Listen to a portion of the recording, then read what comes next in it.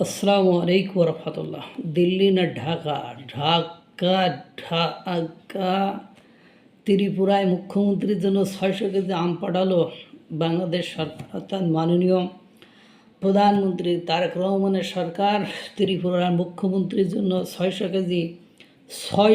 KG আম পাঠালো উপহার। কিন্তু টিয়াদে বিক্রি করি নাই। কিন্তু ভারতের ত্রিপুরা রাজ্যের মুখ্যমন্ত্রী ডাক্তার মানিক সাহার জন্য শুভেচ্ছা উপহার হিসাবে বাংলাদেশের জনপ্রিয় জাতের আম্রপালি ও হাড়িভাঙ্গা আম পাঠিয়েছে পররাষ্ট্র মন্ত্রণালয়।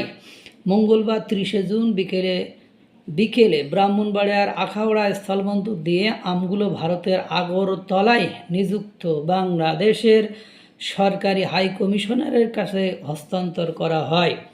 সংশ্লিষ্ট সূত্রে জানা গেছে, ত্রিপুরার মুখ্যমন্ত্রীর জন্য মোট 120 কার্টুন আম পাঠানো হয়েছে। প্রতি কার্টুনে 5 কেজি করে মোট 600 কেজি আম রয়েছে। উপহার সব আমি আম্রপালি ও হাড়িভাঙা জাতের। আখাউড়া কাস্টমস ও বন্দর সূত্র জানায়, একটি পিকআপ ভ্যানে করে আমগুলো দুপুরে আখাউড়া স্থলবন্দরে আনা হয়। পরে কাস্টমসের আনুষ্ঠানিকতা সম্পূর্ণ করে ক্লিয়ারিং অ্যান্ড ফরওয়ার্ডিং এজেন্ট শেয়ারের ট্রেড ইন্টারন্যাশনাল তত্ত্বাবধানের সেগুলো সীমান্ত অতিক্রম করে ভারতের আগরতলায় পৌঁছে দেওয়া হয়। আগরতলায় নিযুক্ত বাংলাদেশের সহকারী হাইকমিশনারের মাধ্যমে ত্রিপুরার মুখ্যমন্ত্রী ডাক্তার মানিক শাহ এবং রাজ্যের অন্যান্য গুরুত্বপূর্ণ ব্যক্তিদের কাছে উপহারের আমগুলো পৌঁছে দেওয়া হবে বলে সংশ্লিষ্ট সূত্র জানিয়েছে।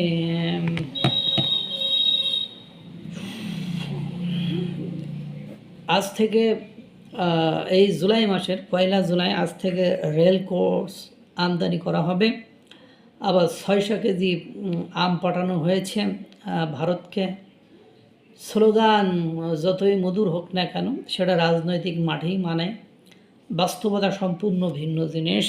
আপনারা দেখেছেন, আরও দেখবেন, কত কিছু দেখবেন যে দেখার কোনো শেষ নেই। এজন্য আমি প্রায় বলি, যারা দরিদ্র অসহায়, যারা খেটে খাওয়া মানুষ, তারা যদি তাদের বিপদ না বাড়াইতে চান, তাহলে যাহারা এই দিল্লি না ঢাকা স্লোগান দেয়, তারা কিন্তু আসলে বাংলাদেশের মঙ্গল কতটা চান তারাই ভালো জানেন। কিন্তু দিন শেষে যে যারা সরকার পরিচালনা করে, দেশ পরিচালনা করে, সরকারি ক্ষমতায় থাকে, তারা কিন্তু সকলেই ওই দিল্লির সাথে, অর্থাৎ ভারতের সাথে সুসম্পর্ক রাখতে ব্যস্তই থাকে।